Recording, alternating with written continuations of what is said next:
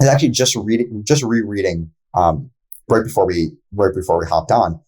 the original paper that Werner Vinge wrote about the singularity. And I was talking about someone, I was talking about it with someone this morning, and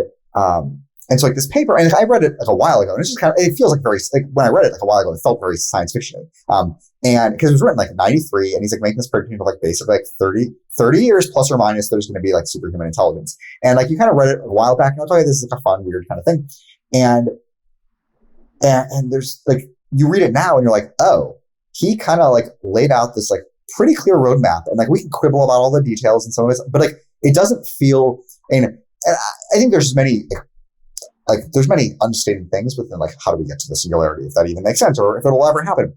But the fact that we can kind of like read that document like that was from 30 years ago and no longer view it as kind of this like wide-eyed science fiction thing, that's kind of wild. So I would say that like AI has been one of these things that maybe has like